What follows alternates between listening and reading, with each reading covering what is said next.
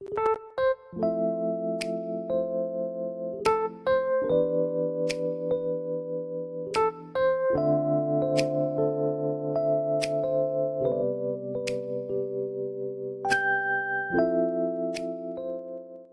Guys, क्या हाल चाल? बढ़िया। आज हम बात करने वाले हैं CBSE class 12th biology students से, ठीक है। और इनके बोर्ड एग्ज़ाम जब पास हैं तो मैं ये वीडियो बना रहा हूँ कि आप जान लें कि आपकी बुक में जो इम्पोर्टेंट टॉपिक हैं वो कौन कौन से हैं, ठीक है। चलिए, पहले यूनिट रिप्रोडक्शन की बात करेंगे, ठीक है। यूनिट पहले आप देख लीजिए। रिप्रोडक्शन है, जेनेटिक एंड एवोल्यूशन है, बायोलॉजी एंड ह्यूमन वेलफेयर है, बायोटेक्नोलॉजी है। एक और यूनिट है जो कि है इकोलॉजी, ठीक है। चलिए बात करते हैं रिप्रोडक्शन में क्या इंपॉर्टेंट है। सबसे पहला जिसको हम बोलते हैं SRFP, it means SRFP it means sexual reproduction in flowering plant, ठीक है। SRFP बोलते हैं इसको, SRFP, इसी पे हम बात करेंगे। देखिए, फ्लावर क्या है? फैसिनेटिंग ऑर्गन है किसका? एंजियोस्पर्म का, ठीक है। फ्लावर का डायग्राम याद रखिएगा। इस चैप्टर में जितने भी इम्पोर्टेंट हैं वो सारे डायग्राम्स ही हैं, ठीक है। ये डायग्राम सीबीएसई के पेपर में कई बार पूछा गया है, ठीक है। Transfer section of young anther, ठीक है। इन लास्ट व्यू भी आप देख लीजिए, लेकिन ये बहुत बार पूछा गया है। लेयर बताइए कौन कौन सा है? That is epidermis, endothecium and tapetum वाला मिडिल लेयर, ये सारी चीज़ें, ठीक है। जो पहला चैप्टर है इसमें जितने भी डायग्राम हैं वो सारे बहुत इंपॉर्टेंट हैं, जिसकी आप कल्पना नहीं कर सकते क्योंकि आपके पेपर में डायरेक्ट दिखेंगे, ठीक है। चलिए, ये डायग्राम, ठीक है। जितने भी डायग्राम इस चैप्टर से हैं, जैसे कि यूनिकार्पलरी, मल्टीकार्पलरी वगैरह चीज़ें, ठीक है, हीलियम वगैरह, ठीक है, चलाजल पोल और माइक्रोपोलर, ठीक है, ये सारी ये चीज़ें। मल्टी एट न्यूक्लिएटेड 7 सेल्ड वाला जो ये है पूरा कैसे प्रोसेस है, ये भी कई बार सीबीएसई में पूछा गया। मैं तो कह रहा हूँ इस चैप्टर की सारी डायग्राम जो है बहुत इंपॉर्टेंट है, ठीक है। आप उसको ना छोड़िए। हाँ, ये वाला देख लीजिए, ये वाला चेस्मोगैमस एंड क्लेस्टोगैमस सीबीएसई में आया हुआ है, कई बार आ चुका है, इस बार फिर आने की संभावना है। तो आप इस डायग्राम को ना छोड़िए। ना विश्वास हो तो आप पिछले साल के पेपर उठाइएगा, ये आपको मिलेगा, ठीक है। चलिए, उसके बाद में ये देख लीजिए, सारे डायग्राम मैं आपको दिखाते चल रहा हूँ, ये पेपर में आ चुके हैं, देख लीजिए ये सारे डायग्राम। और यहाँ तक कि केवल सीबीएसई में नहीं, आपके नीट का पेपर होता है उसमें भी आ चुके हैं डायग्राम, ठीक है। चलिए देख लीजिए, सारे डायग्राम जो हैं इस चैप्टर के बहुत इंपॉर्टेंट है, ठीक है। ये सारे डायग्राम, ये वाला सीबीएसई में कई बार पूछा गया है, ठीक है। एप्पल वाला, ये देखिए भी पूछा गया। ये सारी चीज़ें आपको जितने डायग्राम हो मत ना छोड़िए, आप एक बार बना के देख लीजिएगा, ठीक है। चलिए आते हैं ह्यूमन रिप्रोडक्शन में। ह्यूमन रिप्रोडक्शन में मेल सेक्स ऑर्गन और फीमेल सेक्स ऑर्गन आना चाहिए डायग्राम के साथ में। इस चैप्टर में जितने डायग्राम हैं वो सारे डायग्राम इंपॉर्टेंट हैं, ठीक है। एक भी डायग्राम आप छोड़िए ना। सीबीएसई में कई बार पूछा गया है ये डायग्राम। ये वाला डायग्राम भी भाई कई बार पूछा गया है, जो कि है गैमेटोजेनेसिस का, ठीक है। सेक्शनल भी दिखाया गया है, देख लीजिए। ह्यूमन स्पर्म कई बार आ चुका है, ये जो है बना हुआ कई बार पूछा गया है पेपर में, ठीक है। Diagrammatic section to be of ovary, ठीक है। ये देखिए सबसे इम्पोर्टेंट डायग्राम जो कि ग्राफ है, ठीक है। इवेंट्स जो होते हैं मेंस्ट्रुएशन साइकिल में वो कई बार पूछे गए हैं, और आप इसको तैयार करने की कोशिश कीजिएगा ज़रूर, बहुत इंपॉर्टेंट है। ये भी पूछा गया है कई बार कि कौन सा स्पर्म पास में जाएगा। मैं बेसिकली आपको यही दिखाने आया हूँ, देख लीजिए। ब्लास्टोमियर वगैरह पढ़ लीजिएगा, ठीक है। प्रेगनेंसी ऑन एम्ब्रियोनिक डेवलपमेंट कैसे होता है प्रेगनेंसी के दौरान, ये भी। ट्रोपोप्लास्ट वगैरह, ठीक है। रिप्रोडक्टिव हेल्थ पे आइए, तो इसमें कुछ ज़्यादा इंपॉर्टेंट नहीं है, बस ये है कि आप मेथड देख लीजिएगा। मेथड क्या है बस। एमटीपी सबसे इम्पॉर्टेंट है इसमें, मेडिकल टर्मिनेशन ऑफ प्रेगनेंसी, जो कि अब इलीगल हो चुका है, ठीक है। ये इंपॉर्टेंट है, साथ ही साथ एसटीडी इंपॉर्टेंट है, ठीक है। सेक्सुअली ट्रांसमिटेड इन्फेक्शंस या फिर सेक्सुअली ट्रांसमिटेड डिजीज़, ये भी इंपॉर्टेंट है, ठीक है। इन विट्रो फर्टिलाइजेशन बहुत इंपॉर्टेंट है, ठीक है। आईवीएफ वगैरह वही जिफ्ट, ठीक है, जाइगोट इंट्राफैलोपियन ट्रांसफ़र, ठीक है। ये सारे जो इंपॉर्टेंट फार्मूले लिखे गए हैं ब्लैक से। Principle of inheritance and variation में सबसे पहले मेंडल के बारे में जान लीजिए, जो 7 कैरेक्टर थे, टॉल एंड ड्रॉफ वगैरह, ठीक है। ये सारी चीज़ें मेंडल का सबसे इम्पॉर्टेंट ये डायग्राम, मतलब ये जो ये है 7 कैरेक्टर जो उन्होंने दिया था, ठीक है, वो इनहेरिटेंस ऑफ वन जीन, ठीक है, होमोजाइगस है कि हेट्रोजाइगस है, ठीक है। पनेट स्क्वायर बनाना आपको आना चाहिए, ठीक है। लॉ ऑफ डोमिनेंस सबसे इम्पोर्टेंट है, लॉ ऑफ डोमिनेंस आपको आना चाहिए, ठीक है। साथ ही साथ आप ये देख लीजिए कौन सा वायलेट होगा, कौन सा ये होगा, ठीक है। साथ ही साथ पीछे ये देख लीजिए रेशियो क्या होगा, जीनोटाइप क्या होगा, फिनोटाइप क्या होगा, लॉ ऑफ डोमिनेंस पढ़िएगा, ठीक है। लॉ ऑफ इनहेरिटेंस 2 लॉ हैं, पहला है लॉ ऑफ डोमिनेंस, दूसरा है लॉ ऑफ सेग्रीगेशन, ठीक है। दोनों लॉ ऑफ तैयार करेंगे, ठीक है। एक्सप्लेनेशन देख लीजिएगा, को डोमिनेंस आपको आना चाहिए। उसके साथ इनहेरिटेंस ऑफ 2 जीन्स सबसे इम्पॉर्टेंट चीज़ देख लीजिए कैसे बनेंगे। ये वाला पेज सबसे इम्पॉर्टेंट है, ठीक है। कहाँ राउंड येलो होगा, कहाँ राउंड ग्रीन होगा, कहाँ रिंकल्ड येलो होगा, कहाँ रिंकल्ड ग्रीन होगा, ठीक है। उनका फिनोटाइप और जीनोटाइप भी देख लीजिएगा। लॉ ऑफ इंडिपेंडेंट असॉर्टमेंट कई बार पूछा गया है, ठीक है। क्रोमोसोम देख लीजिएगा, मियोसिस क्या होता है, माइटोसिस क्या होता है, ठीक है। एनाफेज और ये देख लीजिए एनाफेज वगैरह, ठीक है। Germ cell, chromosomal theory of inheritance, ठीक है।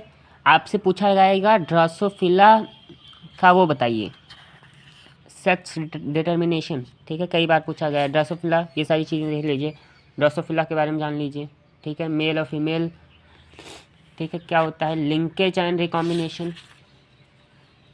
ठीक। पोलियोट्रोपी आता है कई बार, ठीक है, पोलियोट्रोपी कई बार आ चुका है पेपर में, ये सबसे इंपॉर्टेंट पढ़ के जाइएगा, ठीक है। सेक्स डिटर्मिनेशन 2-3 चीज़ों में पढ़ना है आपको, ह्यूमन में पढ़ना है, ड्रोसोफिला में पढ़ना है, साथ साथ हनी बी में पढ़ना है, ठीक है, इन सब में, ठीक है। Sex determination in honey bee, humans, ठीक है, ये सारी चीज़ें आप पढ़ लीजिएगा। प्रीगेडरी एनालिसिस सबसे इम्पॉर्टेंट हो जाती है, ठीक है। जेनेटिक डिसऑर्डर में आपके पास 2 ही हैं, एक तो मेंडेलियन का डिसऑर्डर, दूसरा क्रोमोसोमल डिसऑर्डर, ठीक है। मेंडेलियन डिसऑर्डर सारे पढ़ लीजिएगा, क्रोमोसोमल डिसऑर्डर जो भी हैं वो भी पढ़ लीजिएगा, ठीक है। जितने भी 2 ही डिसऑर्डर हैं सारे कंप्लीट पढ़िएगा, ठीक है। जैसे कि मेंडेलियन डिसऑर्डर में बात करूँ तो कलर ब्लाइंडनेस है, ये पढ़ लीजिएगा। और क्या है, हीमोफीलिया है, सिकल सेल एनीमिया है, ठीक। फिनाइल कीटोन्यूरिया है, थैलेसेमिया है। क्रोमोसोमल डिसऑर्डर कौन कौन से हैं इसमें देख लीजिएगा, एनीप्लॉइडी, पॉलीप्लॉइडी, ठीक। Down syndrome, Klinefelter syndrome, Turner syndrome, ठीक है, बहुत इंपॉर्टेंट है, देख लीजिएगा इनके फिगर्स, ठीक है। ये चैप्टर आगे बढ़ते हैं। मॉलिकुलर बेसिस ऑफ इनहेरिटेंस में सबसे इंपॉर्टेंट है डीएनए। डीएनए का स्ट्रक्चर कैसा है, स्ट्रक्चर ऑफ पॉलीन्यूक्लियोटाइड चेन, ठीक है, डबल स्टैंडर्ड होता है, ये सारी चीज़ें आप देख लीजिएगा, ठीक है। उसके बाद सबसे देख लीजिए, ये सबसे इंपॉर्टेंट पढ़िएगा इस चैप्टर में, सबसे इंपॉर्टेंट है ट्रांसक्रिप्शन ट्रांसलेशन, ठीक है। ट्रांसक्रिप्शन एंड ट्रांसलेशन जो है ये सबसे इंपॉर्टेंट टॉपिक है आपके सीबीएसई के पेपर में, इस साल के पेपर में जरूर रखने वाला है ट्रांसक्रिप्शन एंड ट्रांसलेशन, ठीक है, वो भी लॉन्ग में दिखेगा, ठीक है। पैकेजिंग ऑफ डीएनए हेलिक्स कई बार पूछा गया है। ट्रांसफॉर्मिंग, देखिए जो सर्च हुई थी जेनेटिक मटेरियल की, उसके लिए कई सारे क्या किए गए थे, ट्रांसफॉर्मिंग प्रिंसिपल दिए गए थे, किन्होंने दिया था 1928 में फ्रेडरिक ग्रिफिन जो थे, उनका एक्सपेरिमेंट हुआ था।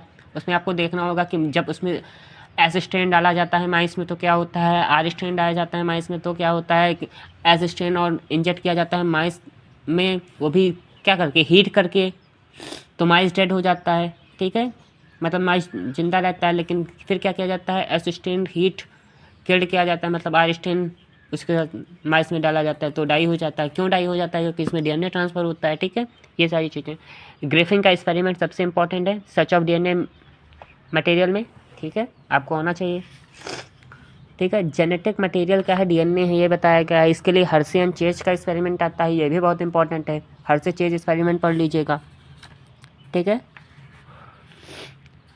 आरएनए वर्ड में मैंने कहा आपको देखिए रेप्लिकेशन, ट्रांसक्रिप्शन एंड ट्रांसलेशन सबसे इंपॉर्टेंट है। मैं आपको ये बार बार बता रहा हूँ, इसमें जितने भी मैं फिगर्स दिखा रहा हूँ आपको, ये सारे फिगर्स कई बार पूछे गए हैं, जैसे कि सेपरेशन बाय कॉन्फ़िगरेशन पूछा गया है कई बार।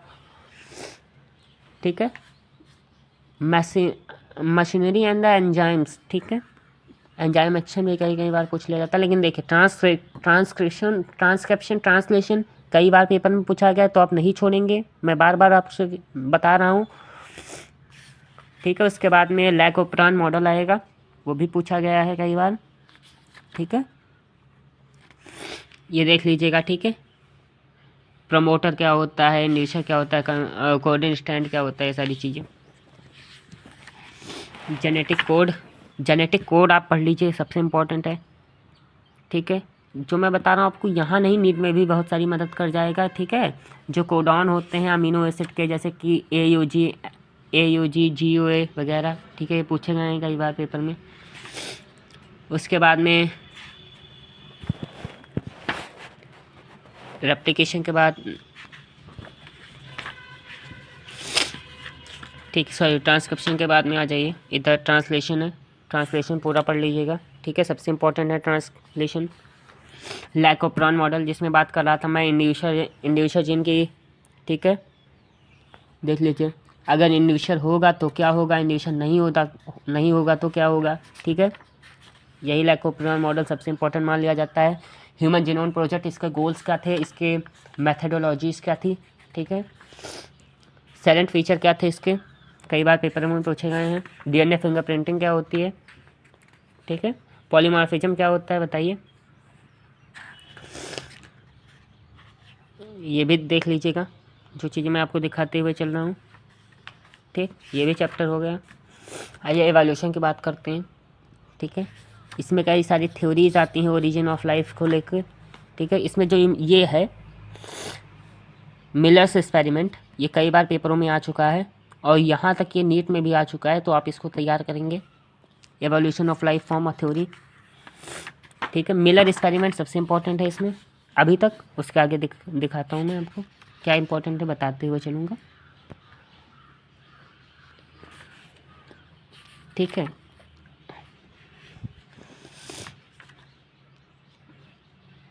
बायोलॉजिकल, हाँ, मैकेनिज्म ऑफ, फिर आ जाइए एवोल्यूशन में सबसे इम्पोर्टेंट टॉपिक पे मैं भी आपको लेके इस समय आ चुका हूँ, जो कि है हार्डी-वेम्बर्स प्रिंसिपल।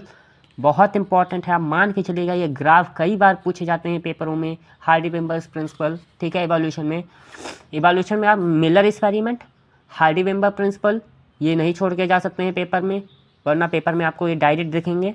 ठीक है। इसके ग्राफ, ठीक है, हार्डी-वेम्बर प्रिंसिपल देख लीजिएगा। उसके बाद में कोई ज़रूरत नहीं ये सब देखने की। ओरिजिन ऑफ मैन के स्कल से लेके कितने क्वेश्चन आ चुके हैं, आपको दायरा नहीं होगा, कई बार पूछे जा चुके हैं। ये 3 स्कल दे दिए जाएंगे, कुछ पूछ लिया जाएगा कि कौन मंकी है, कौन वगैरह, ये सारी चीज़ें पूछी जाती हैं बस। उसके बाद में आ जाइए ह्यूमन हेल्थ एंड डिजीज़ पे।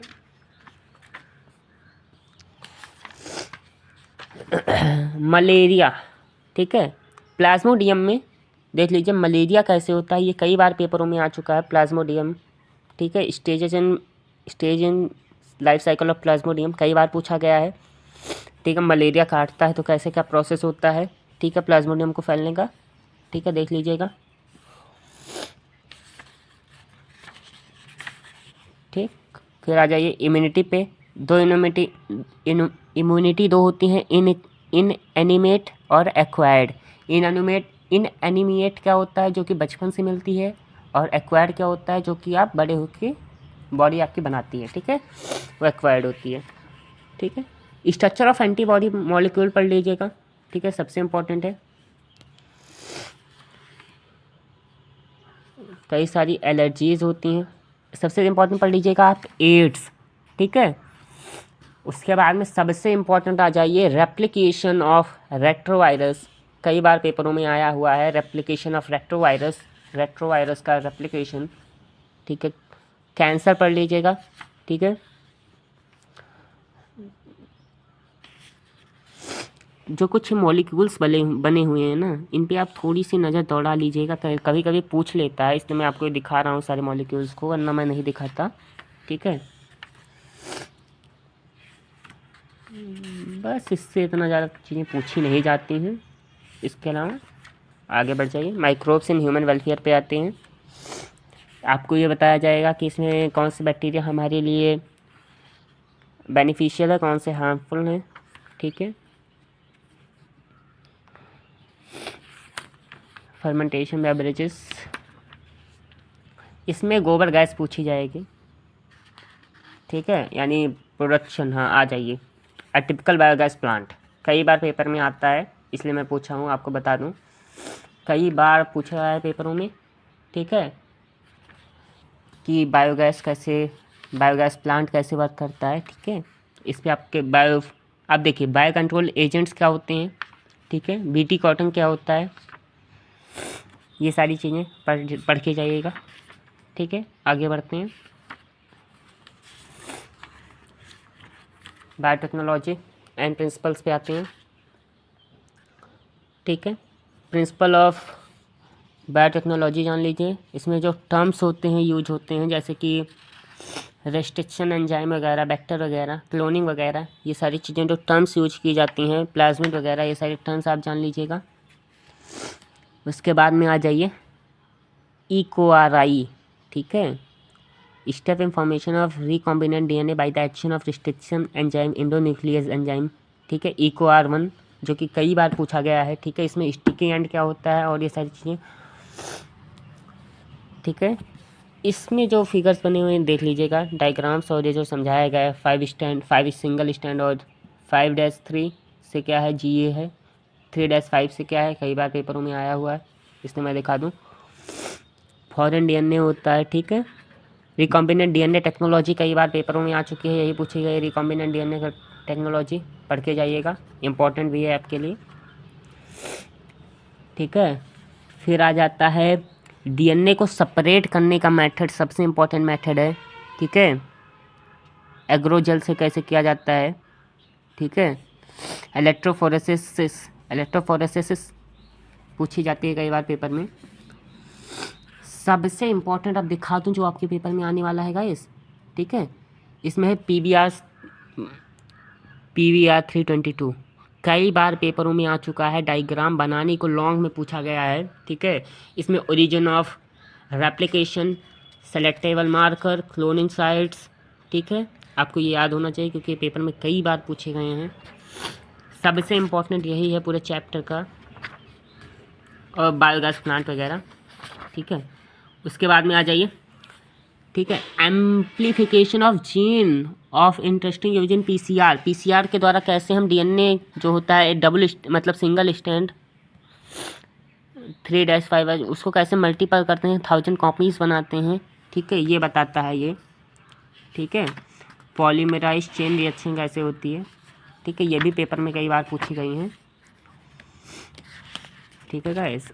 इसके बाद में हम आ जाते हैं, ये भी कई बार पेपर में आ चुकी है, ठीक है, सिंपल स्टेरेड टैंक बायोरिएक्टर, ठीक है, दोनों पूछे गए हैं कई पेपरों में, दोनों फिगर्स वो आप तैयार करेंगे।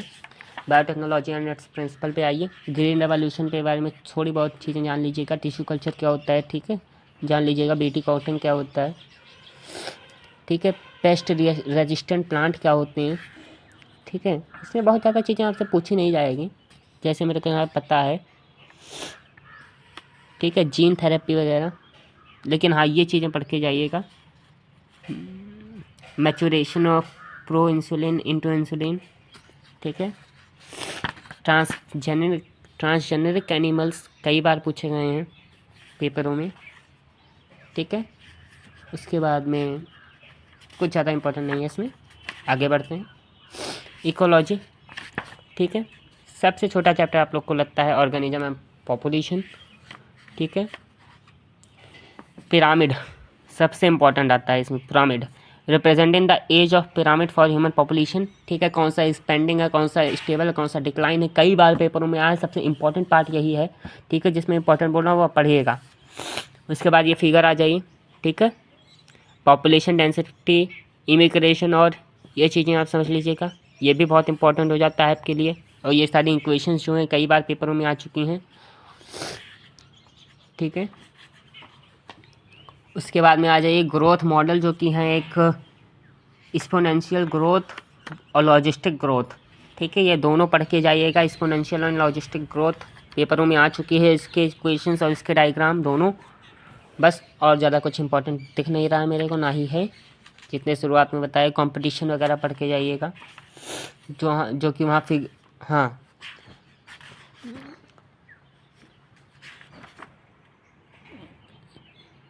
प्रीडेशन क्या होता है, साथ ही साथ कंपटीशन क्या होता है, पार्टिसिज्म क्या होता है, ठीक है, जो डिपेंडेंट होते हैं, और कॉम्पेंसलिज्म क्या होता है, ठीक है, ये सारी चीज़ें आप